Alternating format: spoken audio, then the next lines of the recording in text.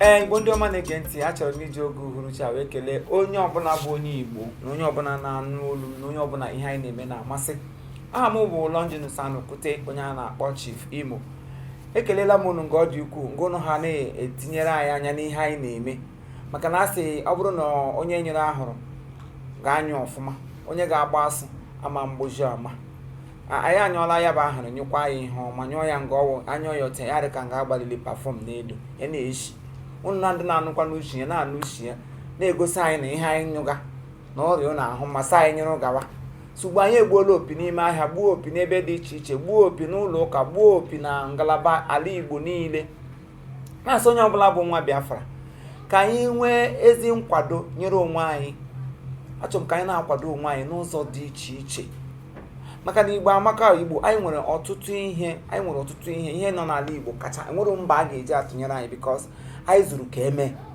Ana m eji ohere a na-ekele ụmụaka Igbo nọ n'ụwa niile, ebe niile n'ụwa sọtụrụ, ka anyị nwee ike na-ahụ onwe anyị n'anya, na-akwado onwe anyị, na-enye onwe anyị nkwado pụrụ iche n'ihe ọbụla anyị na-eme.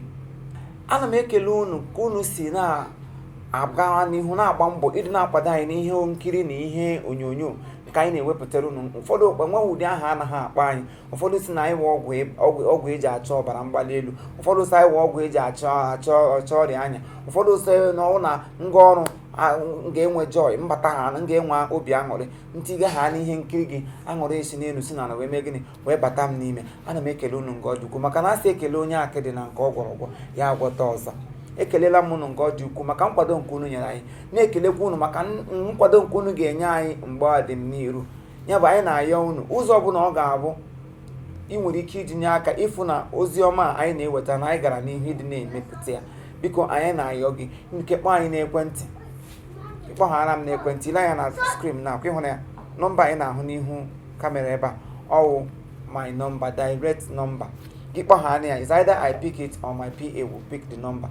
Ihe ọbụla ị ga-eji kwado anyị n'ihe ọbụla anyị na-eme, biko obi alụla gị mmiri, asụla ngọngọ, enwe n'aka chịchịchị, enwe n'aka mgbakijide, mesapụ aka ka ị nwee ike mee ya, ka Chineke nwee ike ịga n'iru na-agọzi gị, na-agọzikwa ihe omume anyị na ihe nkiri anyị, because anyị nwere a lot of things to give to you. Anyị nwere ọtụtụ ihe anyị ga-enye unu, kama na mgbe ụfọdụ anyị na-eleta anya lee ebe a ịma na asị ada agba aka ahụ nwata eze na mma nwaanyị kwanụ di lụrụ ya na maintenance asọghị ya bụ mma nwaanyị. So biko na anyị na-ayọ unu nke ọ dị ukwuu, enwe nkwado ọbụla ị ga-enye nwe anyị iji wee mee ka anyị nwee ike na-ewepụtara unu more of this ihe eji achọ ịba, na-emekwa ka asụsụ Igbo na omenala Igbo ka ọ na-agawanye n'ihu. Biko don't hesitate to call on us. I thank you very much. I still remain your big brother Longinus Anukwute, Chief Imo. Sister Mangi is here and other crew nga anyị ha na-ewepụtara unu ihe nkiri. Anyị na-asị ka amara Chineke ka udo ya chịa n'ime ezinụlọ unu niile, ma butere anyị ngọzi. Afọ a ga-amara anyị ma karịa afọ ndị ke gara aga, and afọ dị n'iru ga na-agawa n'iru ịdị na-amara anyị mma. Ụmụ Igbo niile n'obodo oyibo, anyị na-ekele unu nke ọ dị ukwuu, na-asị ka Chineke gọzie n'aha Jizọs Kraịst bụ onye nwe anyị.